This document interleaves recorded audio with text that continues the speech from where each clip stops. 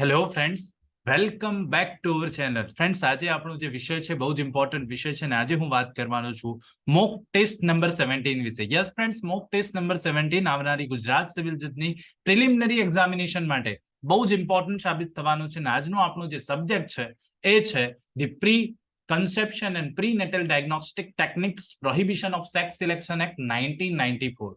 તો ફ્રેન્ડ્સ, જેને આપણે શોર્ટમાં પીસીપીએનડીટી એક્ટ પણ કહેતા હોઈએ છીએ અને બહુ જ ઇમ્પોર્ટન્ટ આ કાયદો છે ને અહીંયાથી એકાદ પ્રશ્ન હંમેશા પૂછાય છે. તો ફ્રેન્ડ્સ, આજે હું આ કાયદામાંથી મોસ્ટ ઇમ્પોર્ટન્ટ 20 એમસીક્યુઝ લઈને આવ્યો છું જે આપણે આજે આ વિડીયોમાં સોલ્વ કરવાના છીએ. તો ફ્રેન્ડ્સ, જે લોકોને પણ આન્સર્સ આવડતા હોય સાથે સાથે કોમેન્ટ કરી શકે છે. ફ્રેન્ડ્સ, પહેલા પણ કોમેન્ટ કરી શકો છો આપ ક્વેશ્ચનને વાંચીને. અને ફ્રેન્ડ્સ, જે પણ કોઈ અહીંયાથી કહેવામાં આવે કે એનો આન્સર આપવો તો ફ્રેન્ડ્સ એનો આન્સર આપશો એ મને કોમેન્ટ કરીને જરૂરથી આપવાનો છે. તો friends, this is Chirag sir અને આપ જોઈ રહ્યા છો કોઈ પણ કાયદાને ગુજરાતી ભાષામાં ખૂબ જ સરળતાથી સમજાવતી ગુજરાતની નંબર 1 અને આપ સૌની મનપસંદ યુટ્યુબ ચેનલ રિયલ એજ્યુકેશન કેચિટ. તો ફ્રેન્ડ્સ, જે પણ કોઈ સ્ટુડન્ટ્સ આજે અમારી ચેનલ પર નવા છે પ્લીઝ ચેનલને સબસ્ક્રાઇબ કરી લો, બેલ નોટિફિકેશન આઇકોનને ઓન કરી લેજો જેથી આવનારા તમામ વિડીયોઝના નોટિફિકેશન આપ સૌને સૌથી પહેલા મળી જાય. તો બિલકુલ સમયને નહીં બગાડીએ, જલ્દીથી જલ્દી સ્ટાર્ટ કરીએ. તો ફ્રેન્ડ્સ, આજે મોક ટેસ્ટ નંબર 17 વિશે વાત કરવાનું છું. પીસીપીએનડીટી એક્ટ છે, prohibition of sex selection act 1994, 1994 નો આ કાયદો છે. Prenatal preconception and prenatal diagnostic techniques prohibition of sex selection act, જેમ કે બાળક કોઈ પણ જ્યારે ગર્ભમાં બાળક હોય છે તો એનું સેક્સ સિલેક્શન જે ટેકનિક યુઝ કરવામાં આવે છે એના પર સંપૂર્ણપણે પ્રોહિબિશન મૂકતો આ કાયદો છે.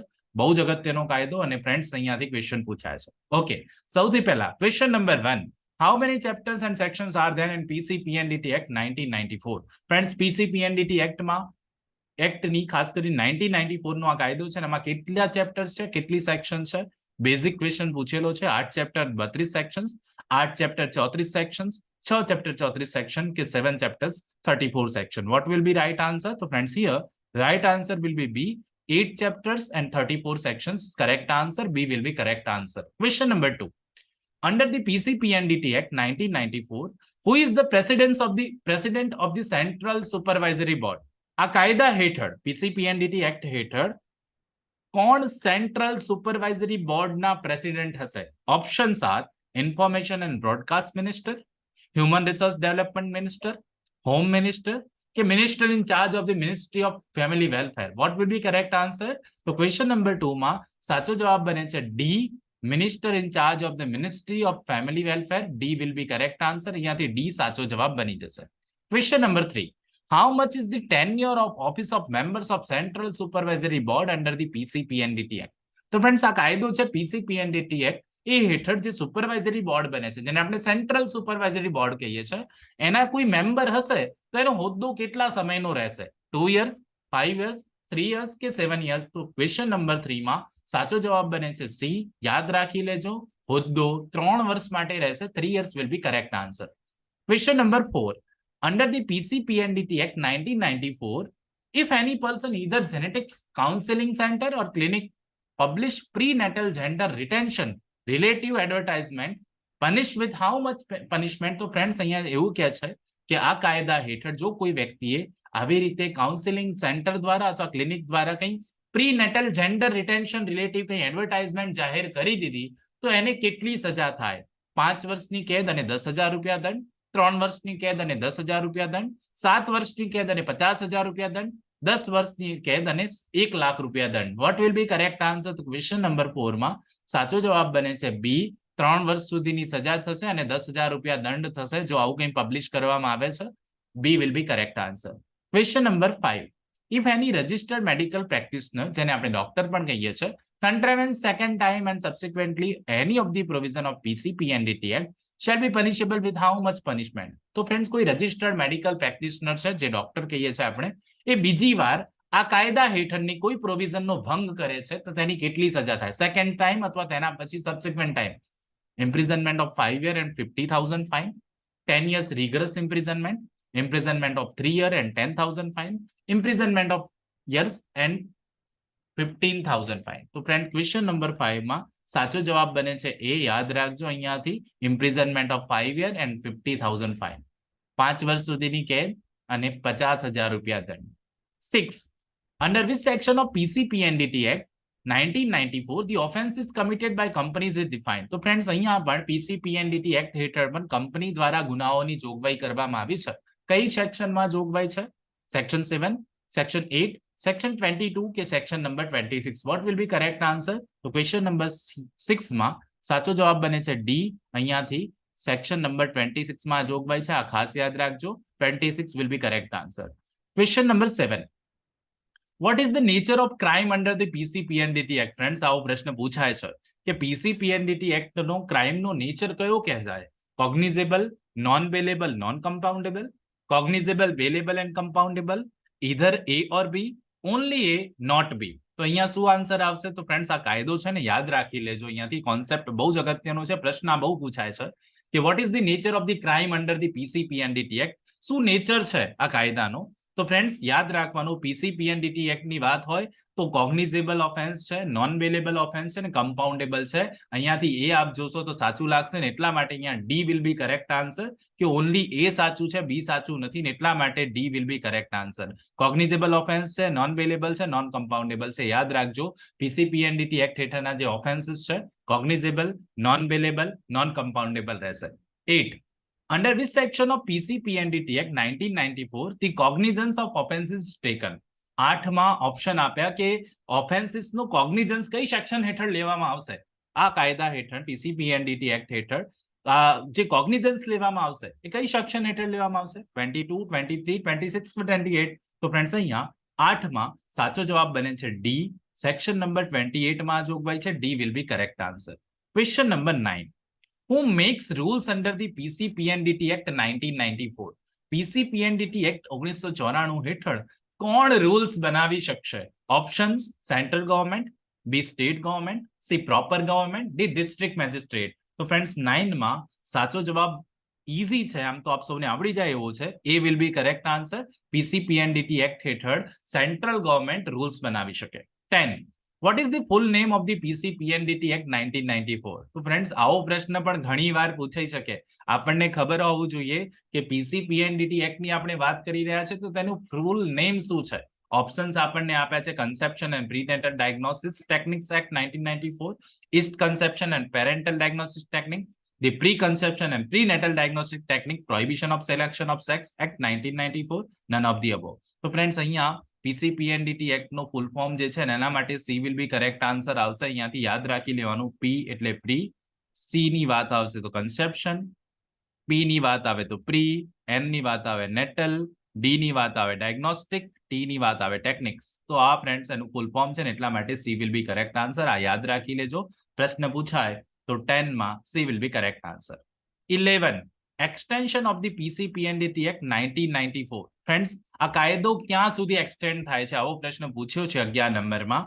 ઓપ્શન છે whole of India, whole India except state of JNK, whole of India except state of Assam કે નન ઓફ ધી અબોવ? તો ફ્રેન્ડ્સ આપ સૌ જાણો છો એ પ્રમાણે આવો પ્રશ્ન આપ સૌને કન્ફ્યુઝ કરવા માટે પૂછી શકે. સાચો જવાબ આવે છે અહીંયા whole of India. A will be correct answer, કે PCPNDT એક્ટ સમગ્ર ભારતમાં લાગુ પડે છે. A will be correct answer. 12. When was the PCPNDT Act 1994 amended to be PC and PNDT Act 1994? Friends amendment થયું PCPNDT એક્ટમાં કે આ કાયદો PCPNDT એક્ટ તરીકે ઓળખાશે એવું કયા વર્ષમાં થયું છે? ફ્રેન્ડ બહુ જ ઇમ્પોર્ટન્ટ, એ જે તે વર્ષમાં જાહેર કરવામાં આવ્યું હતું અમેન્ડમેન્ટ. 1998, 2003, 1996 કે નન ઓફ ધી અબોવ? તો ફ્રેન્ડ્સ ક્વેશ્ચન નંબર 12 માં સાચો જવાબ શું બનશે? બી વિલ બી કરેક્ટ આન્સર. 2003 માં સુધારો આવ્યો છે એટલા માટે 2003 સાચો જવાબ છે. બી will be correct answer. 13.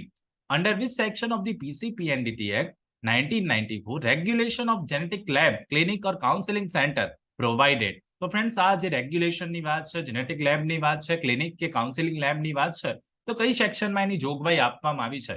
Section 1, 2, 3 કે 4? તો ફ્રેન્ડ્સ 13 માં સાચો જવાબ બને છે સી. સેક્શન નંબર 3 માં આ જોગવાઈ છે, યાદ રાખી લેજો. Important concept. 3 will be correct answer. Question number 14. Under which section of the PCPNDT Act 1994 no person shall make sex selection on the embryo or tissue or any man or woman by himself or by any other person? તો કઈ section હેઠળ આ જોગવાઈ છે કે કોઈ વ્યક્તિ જે છે સેક્સ સિલેક્શન નહીં કરાવી શકે? યાદ રાખજો, ઓપ્શન્સ આપને આપ્યા છે section number 4, section number 3A, section number 3B કે સેક્શન નંબર 5. તો 14 માં સાચો જવાબ બને છે બી, સેક્શન નંબર 3A માં જોગવાઈ આપેલી છે, તો 3A will be correct answer. Question number 50. In which section of the PCPNDT Act 1994 ultrasound machine or scanner is defined? Ultrasound machine અને સ્કેનરની જે વ્યાખ્યા છે એ પીસીપીએનડીટી એક્ટની કઈ કલમમાં જોગવાઈ કરવામાં આવી, એની વ્યાખ્યા ક્યાં આપવામાં આવી છે? ઓપ્શન્સ આપવામાં આવ્યા section number 3A, section number 3B, section number 3 કે સેક્શન નંબર 4. તો ફ્રેન્ડ્સ ક્વેશ્ચન નંબર 15 માં સાચો જવાબ બને છે બી, સેક્શન નંબર 3B માં આ જોગવાઈ છે. યાદ રાખજો, અલ્ટ્રાસાઉન્ડ મશીન અને સ્કેનરની વ્યાખ્યા જે છે 3B માં આપેલી છે. ઇમ્પોર્ટન્ટ કોન્સેપ્ટ અને આ યાદ રાખવા જેવો. 16. For which of the following purposes can parental diagnostic techniques be used otherwise not? કયા પર્પઝ માટે પેરેન્ટલ ડાયગ્નોસ્ટિક ટેકનિકનો યુઝ થશે, બીજા કોઈ પર્પઝ માટે નહીં? તો ક્લોસ્મોસિસ, relative distortion disease, genetic metabolic disease, gender relative genetic disease કે ઓલ ઓફ ધી અબોવ? તો ફ્રેન્ડ 16 માં સાચો જવાબ બને છે ડી. આ સમગ્ર રોગો થયા હોય તો એવા સંજોગોમાં પેરેન્ટલ ડાયગ્નોસ્ટિક ટેકનિકનો યુઝ થશે, એ સિવાય બીજા કોઈ રોગમાં થશે નહીં. તો આ સેક્શન નંબર 16 એક ક્વેશ્ચન નંબર 16 આ એક અપવાદ છે અને આવા સંજોગમાં યુઝ કરી શકાય એની વાત કરવામાં આવી. 17. In which section of the written consent of the pregnant woman and prohibition of communicating the sex of fetus is mentioned? તો રિટર્ન કન્સેન્ટની વાત, કોઈ સ્ત્રી પ્રેગ્નેન્ટ છે તો એના રિટર્ન કન્સેન્ટની વાત, અને જે પણ કોઈ ફોઇટસ છે ગર્ભમાંનું બાળક, એનો સેક્સ, એનું જે જાતિ છે એ ની કોમ્યુનિકેટ નથી કરવાની, એ જોગવાઈ જે છે ક્યાં છે? સેક્શન નંબર 3, 5, 3A કે 3B? તો ફ્રેન્ડ્સ અહીંયા 17 નંબરમાં સાચો જવાબ બને છે બી, સેક્શન નંબર 5 માં જોગવાઈ છે, 5 નંબરમાં જોગવાઈ કરેલી છે. 18. In which section of PCPNDT Act the regulation of parental diagnostic technique is mentioned? આ ટેકનિક જે છે ક્યાં બતાવવામાં આવી? 18 માં option 4, section number 4, section number 6, section number 8, section number 12. 18 માં સાચો જવાબ બને છે સેક્શન નંબર 4 માં જોગવાઈ છે, 4 નંબર, એટલે આ 4 નંબરની જોગવાઈ અગત્યની ને અહીંયાથી 4 will be correct answer. 19. Who can try the cases under the PCPNDT Act? Friends આ બહુ જ અગત્યનો પ્રશ્ન અને આવો પ્રશ્ન પૂછાય છે કન્ફ્યુઝ કરવા માટે આપ સૌને. અહીંયાથી એવું કીધું કે પીસીપીએનડીટી એક્ટ હેઠળ કોઈ ઓફેન્સ થયો છે તો એની ટ્રાયલ કયા મેજિસ્ટ્રેટ સાહેબ ચલાવી શકશે? A metropolitan magistrate, B judicial magistrate of the first class, C either A or B, D both A and B? તો ફ્રેન્ડ્સ 19 માં સાચો જવાબ આવશે સી, આઈધર એ ઓર બી, એટલે કે મેટ્રોપોલિટન મેજિસ્ટ્રેટ હોય તો એ ચલાવી શકે અથવા તો જ્યુડિશિયલ મેજિસ્ટ્રેટ ફર્સ્ટ ક્લાસ ચલાવી શકે. તો either A or B will be correct answer, C will be correct answer. Question number 20 નો આન્સર આપ સૌએ મને કોમેન્ટ કરીને જરૂરથી આપવાનો છે. જરૂરથી કોમેન્ટ કરજો. આપ સૌ કોમેન્ટ કરો છો ફ્રેન્ડ્સ, અને આપ સૌને રિક્વેસ્ટ કરું છું ફરી એકવાર કે જરૂરથી કોમેન્ટ કરી દેજો. Determination of sex prohibited has been mentioned under which section of PCPNDT Act? તો આ રીતે સેક્સ પ્રોહિબિશન કરેલું છે એનું નિર્ણિત કરવા માટેની જે જોગવાઈઓ છે એ કઈ કલમમાં છે? Determination of sex prohibited has been mentioned under which section of the PCPNDT Act 1994?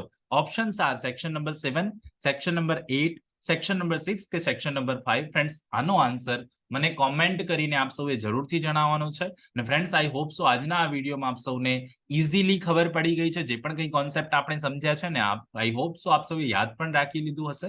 બહુ જ ઇમ્પોર્ટન્ટ કોન્સેપ્ટ છે ને એને યાદ પણ રાખી લેજો. તો ફ્રેન્ડ્સ આઈ હોપ સો આજનો આ વિડીયો આપ સૌને સારો લાગ્યો હશે. જો સારો લાગ્યો હોય તો નીચે લાઇકનું બટન છે, ઘણા બધા સ્ટુડન્ટ્સ નથી દબાવતા લાઇકનું બટન. પ્લીઝ કંઈ જશે નહીં આપ સૌનું, બસ એક લાઇકનું બટન જરૂરથી દબાવી દેજો. ચેનલ પર નવા હો તો ચેનલને પ્લીઝ સબસ્ક્રાઇબ કરી લેજો. ફ્રેન્ડ્સ આવા જ નવા વિડીયો સાથે ફરીથી બહુ જ જલ્દી મળીશું. ત્યાં સુધી જોતા રહો અમારી channel real education catch it. Friends ખૂબ ખૂબ ધન્યવાદ, ખૂબ ખૂબ આભાર ફ્રેન્ડ્સ.